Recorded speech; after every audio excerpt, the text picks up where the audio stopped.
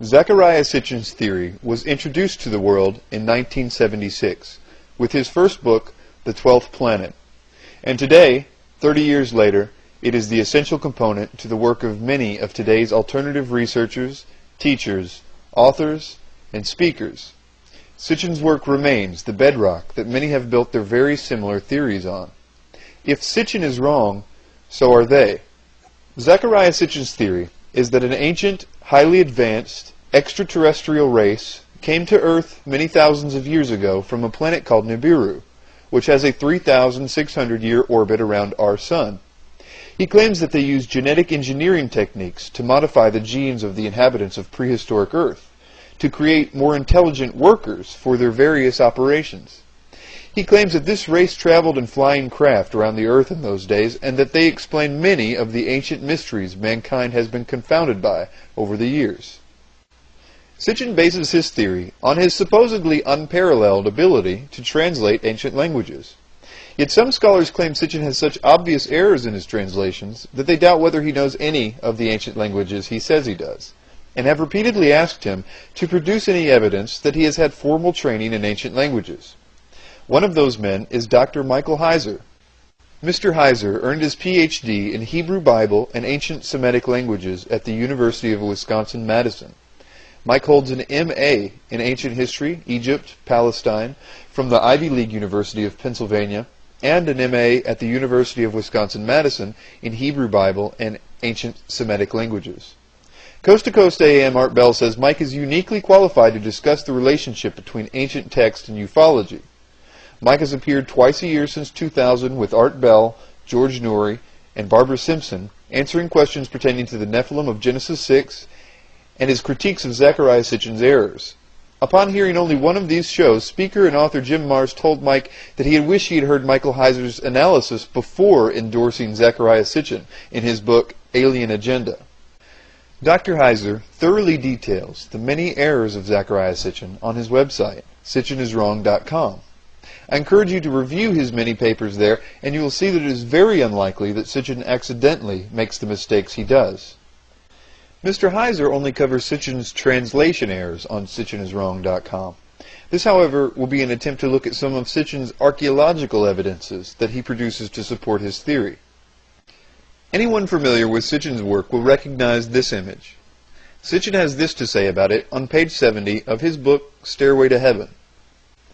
An even more startling depiction has been found in the tomb of Hoi, who was viceroy in Nubia and in the Sinai Peninsula during the reign of the renowned pharaoh Tutankhamun. Decorated with scenes of people, places, and objects from the two domains in which he was viceroy, his tomb preserves to this very day a depiction in vivid colors of a rocket ship.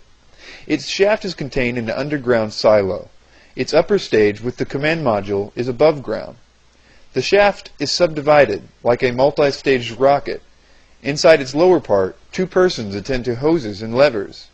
There is a row of circular dials above them. The silo cutaway shows that it is surrounded by tubular cells for heat exchange or some other energy-related function. Above ground, the hemispherical base of the upper stage is clearly depicted in the color painting as scorched, as though from re-entry into the Earth's atmosphere. The command module, large enough to hold 3 or 4 persons, is conical in shape, and there are vertical peepholes all around its bottom. The cabin is surrounded by worshippers in a landscape of date, palm trees, and drafts. The underground chamber is decorated with leopard skins, and this provides a direct link with the certain phases in the pharaoh's journey to immortality. The leopard skin was the distinctive garb symbolically worn by the Shem priest as he performed the opening of the mouth ceremony. It is the distinctive garb symbolically worn by the gods who towed the pharaoh through the secret path of the hidden place of the Duat, a symbolism repeated to stress the affinity between the pharaoh's journey and the rocket ship in the underground silo. If this is real, it is a very compelling argument. However, it is suspicious because it is a hand-drawn image, and there are plenty of photos elsewhere in Sitchin's book. Why not offer one for this too, especially considering the amazing quality of the preservation of the rest of the murals in the tomb of Hoi? It is also suspicious because those murals depicted rather ordinary happenings from a relatively late period in Egyptian history. If Sitchin's drawing is to be found on these walls, it would be artistically and conceptually out of place. While searching in vain for any photo of Sitchin's famous drawing, I came across this photo, courtesy of the Museum of Metropolitan Art. This is what the caption reads: "Detail of a wall painting from the tomb of a high Egyptian official showing an Egyptian scribe recording deliveries of Nubian products shortly after Egypt's conquest of Nubia. Visible are ebony logs, ivory tusks, baskets of ostrich eggs, and gold ingots, ostrich feathers, leopard skins, resins, tamarind nuts, aromatic herbs, even a green monkey. Reign of King Tutmos III, about 1479 to 1425 BCE. There are odd similarities in the style and content to Sitchin's drawing and this mural from a nearby tomb. Notice the cone at the top. Sitchin's command module. Is this just a monkey on top of a triangle table? Remember Sitchin said the silo cutaway shows that it is surrounded by tubular cells for heat exchange or some other energy-related function? We see these circular golden objects in baskets.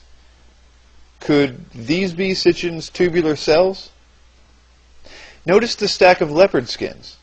Remember what Sitchin says about them?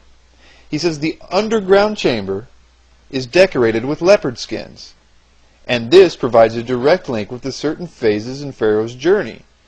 And while there are no drafts or worshippers in this scene like there are in Sitchin's drawing, there are on other walls in the very same temple, and of the same style too, which is further evidence that this is where Sitchin based his drawing from. And if it is, he has added many self-servicing details, like people pulling levers and hoses, and charring on the command module from re-entry, as well as peepholes. Is Sitchin manipulating common tomb murals that he must know have nothing to do with space travel? Possibly the reason this evidence against Sitchin has gone unnoticed for so long is because Sitchin says the mural is from the tomb of Hoi, when it is actually from the tomb of Rekmire. This would make his trail almost impossible to follow.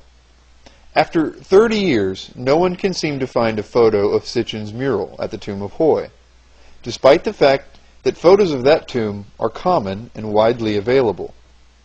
While someone still might produce a photo of this mural and confirm it to be authentic and from the temple of Hoi, I find it very unlikely, but it is possible. Let's move on to a few others. This one will also look familiar to readers of Sitchin's books. It is supposedly an ancient artifact depicting a rocket ship. The following is from a Sitchin supporter's website. Sitchin describes the pilot as sitting with legs folded towards his chest and wearing a one-piece ribbed pressure suit, which becomes boots at the feet and gloves at the hands, and points out that since the pilot's head is missing, we cannot know whether the pilot wore a helmet, goggles, or other headgear. The artifact measures 5.7 inches long, 3.8 inches high, and 3.5 inches wide. Continuing, from another Sitchin supporter's website. Sitchin says he spent years tracking down the artifact until he located it at the Archaeology Museum in Istanbul. It was excavated at Toprakal, a city known in ancient times as Tuspa, where the kingdom of Urartu reigned briefly over 2,500 years ago.